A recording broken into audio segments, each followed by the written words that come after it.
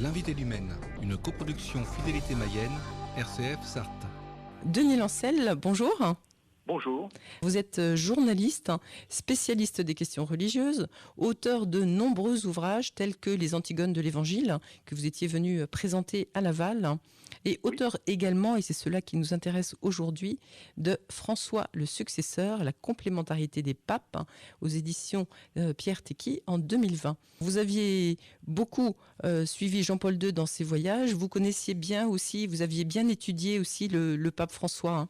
Oui, j'ai lu avec beaucoup d'intérêt également les textes du pape François, notamment bien sûr ces deux grandes encycliques, la troisième était quand même toute récente, mais quand même très intéressante, les deux encycliques, Laudato Si sur l'écologie intégrale, commençant par le respect de l'être humain, la défense de la vie et de la nature, création divine, et puis il y a son encyclique Fratelli Tutti aussi, que j'ai lu avec intérêt. Denis Lancel, vous venez de signer un billet au lendemain de la mort du pape François, intitulé « La charité humble et forte du pape François ». C'est vraiment comme ça, en fait, que vous définiriez la personnalité de ce pape ? Oui, un peu, je dirais que comme Paul VI, on serait tenté de le définir comme un prophète lapidé, comme l'a été d'une autre manière, avec un autre tempérament. Le pape Paul VI, dont le pape François est un continuateur, sachant que lui a été un prêtre de la génération Paul VI, comme jeune jésuite en Argentine.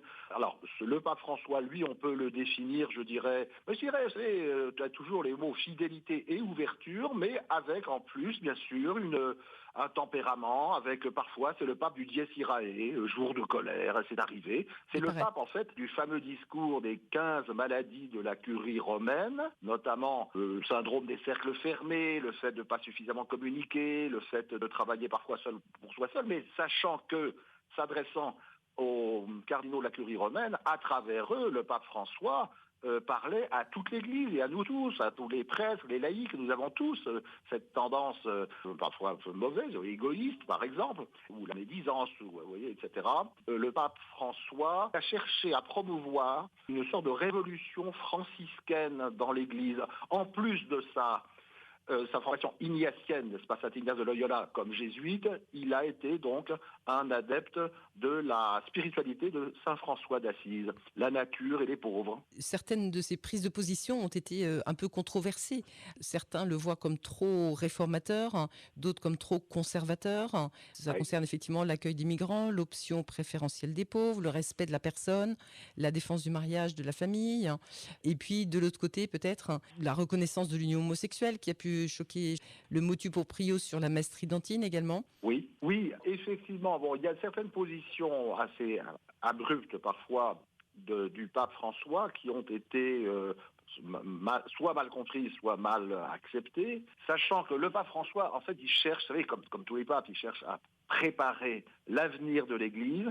Le pape François, il a, à plusieurs égards, prépare l'Église au lendemain et au surlendemain. C'est pas demain matin, c'est après-demain soir et encore après et encore après. Pardon, si je peux vous interrompre, Denis Lancel, c'est aussi pour aujourd'hui. Bien sûr, c'est aussi pour aujourd'hui, évidemment, parce que par exemple, le pape François a aussi voulu, préserver l'Église par exemple, d'un enlisement dans une conception trop formelle de la tradition par rapport aux querelles liturgiques qui lui paraissent s'écarter de l'essentiel. Parce que l'essentiel, c'est quand même la doctrine, c'est le dépôt de la foi, c'est le contenu de la foi que déjà Paul VI avait voulu défendre avec son fameux credo, le credo de juin 1968. Après, il y a eu le catéchisme de Jean-Paul II en 1993. Ce sont des combats essentiels. Alors après, les querelles liturgiques, le rite, etc., bien sûr, ça a son importance, mais le pape François souhaitait qu'on aille plus loin, plus en profondeur, et avec aussi l'engagement concret, notamment pour les pauvres. Cette option préférentielle pour les pauvres, ça la formule d'ailleurs de Paul VI, qui est un peu le maître à penser de François. C'est vrai qu'en plus, venant d'Amérique latine, de ce continent de la pauvreté et de la misère, le pape François a un regard assez différent sur la vie quotidienne, celui qu'auraient des gens des pays de l'Europe occidentale, les États-Unis, l'Amérique du Nord, etc. Ça relève du choix pastoral des papes. François, c'est un pape pasteur. Plus sur le terrain, quoi. Oui, Et c'est ça. Le pape François, même quand il était archevêque de Buenos Aires, le pape François allait souvent dire la messe dans des bidonvilles, soutenir des prêtres qui luttaient contre le trafic de drogue, notamment. Oui, c'est vraiment un homme de terrain, peut-être plus que d'autres. Tous ces papes se complètent, en fait. Vous voyez? c'est bien ce que vous dites hein, dans votre livre, hein, dont je rappelle le titre, François le successeur, la complémentarité des papes. C'est qu'en fait, vous dites, il faut arrêter d'essayer d'opposer les uns aux autres. Hein. C'est que finalement, ils ont des personnalités peut-être différentes et ils ont une façon différente d'exprimer la doctrine de la foi, mais ils sont quand même dans la continuité. Oui, il y a une incontestable continuité, parce que tous les papes, je dirais notamment, alors après Pie XII, Jean XXIII, Paul VI, bien sûr Jean-Paul II, sans oublier Jean-Paul Ier d'ailleurs, qui a joué un rôle plus important qu'on ne croit, et puis donc les successeurs, ils ont tous travaillé à la défense de la vie, de la conception à la mort naturelle, et c'est déjà aussi une écologie intégrale, la défense des pauvres, en s'opposant à plusieurs idolâtries totalitaires, l'idolâtrie de la force brutale qu'on voit hélas beaucoup à travers le monde, avec de véritables prédateurs politiques. Et puis il y a l'idolâtrie de la race, évidemment, on a vu ça avec le nazisme notamment, mais on voit ça aussi avec différentes formes d'eugénisme, aujourd'hui encore hélas. Et puis il y a l'idolâtrie de l'argent. Dès l'époque de l'Évangile, le Christ nous avait mis en garde, hein, tu n'auras pas de maître, Dieu et l'argent. Ce que vous avez dit aussi dans votre livre et ce que vous nous dites aujourd'hui, est-ce que c'est aussi pour nous préparer peut-être à accepter le prochain pape tel qu'il sera? Oui, je pense que effectivement, cette idée de complémentarité providentielle des papes, elle doit nous maintenir dans un esprit de confiance. Et Denis Lancel, c'est donc ce message que vous adressez aujourd'hui aux catholiques d'aujourd'hui, c'est de faire confiance, de ne pas chercher des différences et des oppositions avec le futur pape. Est-ce que vous pensez qu'il en sera de même pour la Curie, puisque la Curie a été un petit peu bousculée effectivement oui. par le pape François? Alors, à la Curie, il est certain qu'il y a eu des oppositions, si vous voulez, ou des craintes vis-à-vis de l'action du pape François. Globalement, il se méfiait un peu de la Curie. Il n'était pas le seul. Déjà, Jean XXIII s'en était un peu méfié.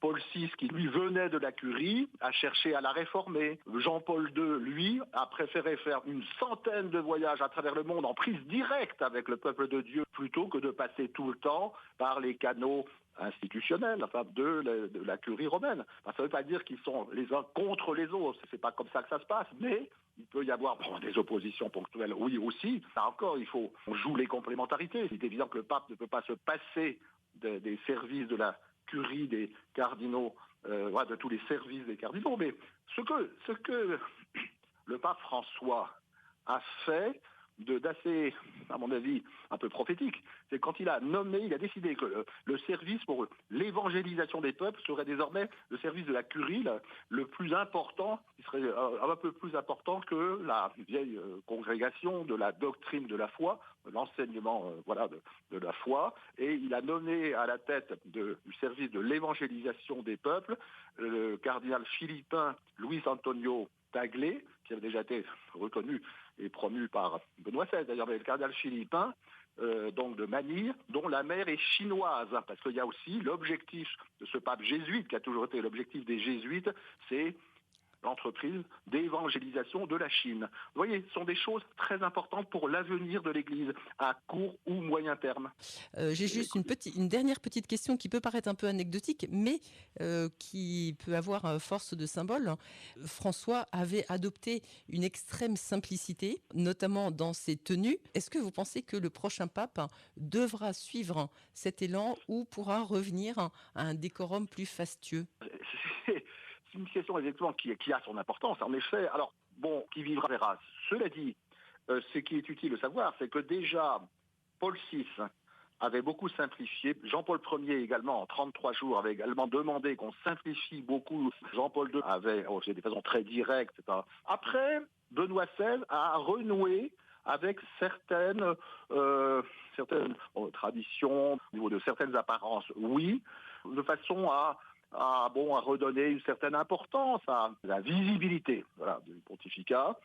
Après, le pape François a beaucoup simplifié, ça a été commenté, mais le pape François cherchait à renouer davantage avec un idéal de pauvreté, en allant à l'essentiel. C'est comme dans les questions liturgiques, il faut quand même préférer l'essentiel à l'accessoire et préférer l'absolu au relatif. Et puis éviter tout pharisaïsme, comme le Jésus-Christ nous l'a demandé dans l'Évangile. Donc on verra, qui vivra verra, mais vous savez, la simplicité est tout de même très conforme à l'idéal évangélique. Bien, merci beaucoup en fait de toutes ces perspectives et de tous ces angles un petit peu moins convenus que vous nous proposez, Denis Lancel.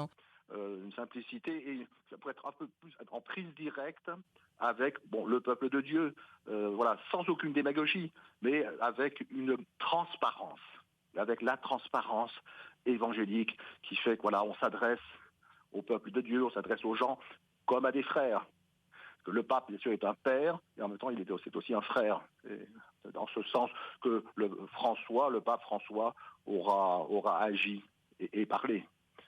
Mais en agissant, en préférant souvent d'ailleurs les actes aux paroles. En tout cas, en ne les opposant pas, en tout cas. C'est ça, en n'opposant pas. En n'opposant pas, vous savez, c'est comme on dit souvent, c'est le diable qui oppose, qui divise, etc. En n'opposant pas systématiquement, parfois il y a des choses qu'on peut opposer, mais en cherchant la conciliation fraternelle dans un esprit de paix. C'est tout ce point de vue-là très simple. Voilà, encore une fois, merci infiniment Denis Lancel. Et puis on peut se replonger dans votre livre paru en 2020, François le successeur, la complémentarité des papes aux éditions Pierre Tecky, qui est un de vos ouvrages. Il y en a beaucoup d'autres dans cet ouvrage qui nous permettra peut-être effectivement de prendre un petit peu de hauteur et de moins s'acharner tout de suite à décortiquer le prochain pape avec ses bons côtés, ses mauvais côtés et à essayer de... Oui. En effet, il faut garder confiance en l'avenir, mais bien sûr dans un esprit de prière. Voilà. Merci beaucoup. Au revoir madame, merci. Au revoir monsieur, merci. Voilà, si vous voulez retrouver l'intégralité de cet entretien que j'ai eu le privilège d'avoir avec Denis Lancel et que j'étais obligée d'écourter pour cette émission L'invité du Maine, eh bien vous pouvez retrouver Denis Lancel donc dans l'émission Des vies et des hommes de cette semaine, mardi à 19h15, mercredi 22h30, jeudi 9h du matin et samedi 14h30. Voilà, très bonne écoute à tous et bonne journée.